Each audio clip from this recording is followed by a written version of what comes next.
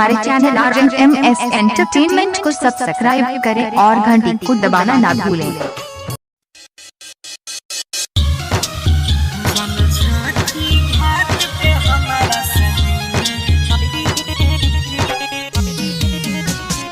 DJ Ramshankar Raj, DJ Ramshankar Raj, DJ Ramshankar. ललका लहंगवा pin के लाली लगई है गे,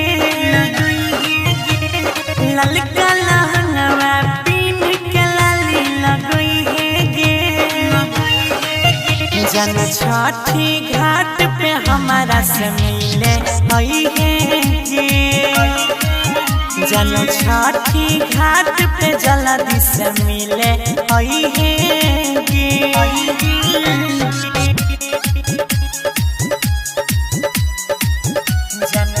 DJ Ramshankar Raj, DJ Ramshankar Raj, DJ Ramshankar. DJ Shri digital audio recording studio Biharigunj.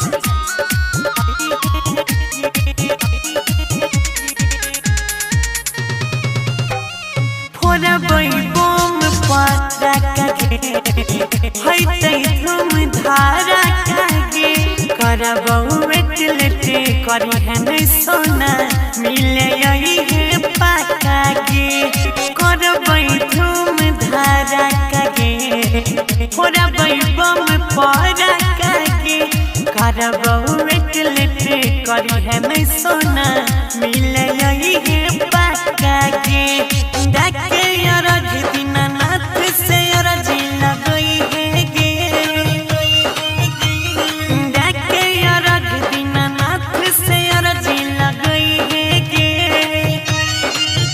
जन छठी घाट पे हमारा से मिले हई है गे, जन छठी माई के घाट पे मिले हई है गे।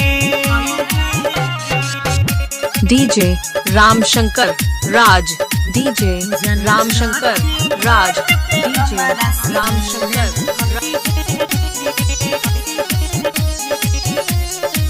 DJ Shri digital audio recording studio Biharigunj.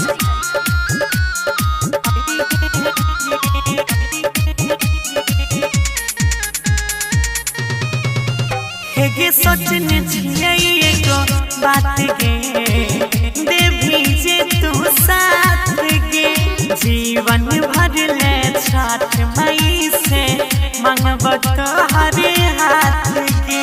सोचने छियै एगो बात गे, देवी जे तू साथ गे जीवन भर ले छठ मई से मंगब तोहरे हाथ गे। रंजित अजय गौरव कहो नहीं भूलई है गे, रंजित अजय गौरव कहो नहीं भूलई है गे। जन छठी मैया के घाट पे मिले यही है गे, सोना छठी मैया के घाट पे मिले हई है गे। भूली है नहीं बुझ गेली।